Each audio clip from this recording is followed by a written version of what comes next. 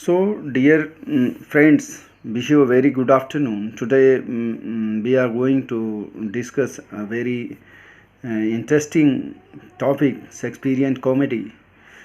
So, when we think about the Shakespeare, he is a very prolific and renowned playwright of his time, and he has been read with more intensity than he has been read in that time.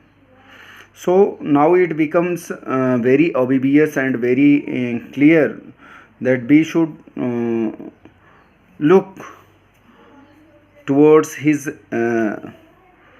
literary career.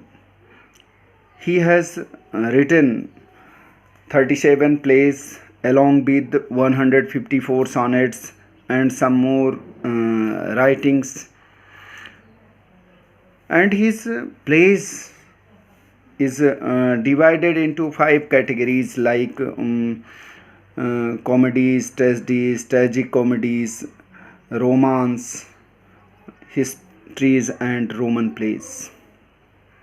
But when we consider it into a special form of Shakespearean comedy, we see it basically into three forms, which is early romantic comedies, second the serious comedies, and the third is realistic comedies. In the very first, respectively, we see that the two gentlemen of Verona, Midsummer Night's Dream, As You Like It, Twelfth Night, and in the second, we see that Much Ado About Nothing, All Wells That Ends Well, Merchant of Venice, and in the third, As You Like It and The Winter's Tale. But we see a certain kind of drastic change into his notions, into his writing, as well as into the theories and perception towards the story. As we have been through many sources that Shakespeare has borrowed the theme of his plays from different sources, but now we are not concerned to those things. Here we have come to discuss the Shakespearean comedy. The first and foremost thing which we see, that the roles of women character, or you can say that the heroines play a very vital role into the development of the story, or you can say that the whole story revolves around the female characters or around the heroines, as in tragedy the whole theme and whole story revolves around the hero. Secondly, love and marriage is the basic theme, or you can say that the motive of comedies. And the third point, which we see, music or the song, lyric, is the keynote of Shakespearean comedies. In the very opening scene of the Twelfth Night, we see that Duke Orsino comes before us and he says that if music is the food of love, then play it on. And in this concern, the next is the mirth and laughter.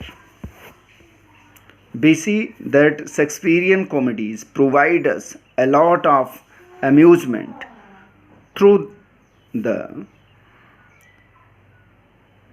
character which is especially known as the Falstaff touchstone, or which be called clown.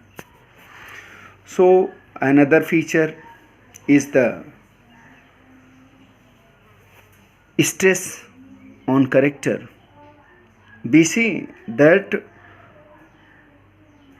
according to the demand of the story, he creates the stress over the character, but very soon it disappears. As such things are very effective in Shakespearean comedies, and we see that Shakespeare very artfully handles these things. Now we think about the realism and fantasy. It is also the very uh, important thing for Shakespearean comedy, that his story is blend of realism as well as fantasy. Fantasy of you can say that the imagination of Shakespeare, imagination of the playwright, and we see that fact and fiction jointly create a plot which touched the very core of the heart of reader and a scholar. And again we see that clown is a character who is used as a device into Shakespearean comedies. And the next point, when we discuss about the plot construction, we find that exposition, tensile, and resolution are the phases through which the story goes, and we find in the end of the story, end of the play, that characters are being united through the wedlock, through the marital bond, and there is no tragic side, and mirth and laughter is maintained throughout the play. Thank you.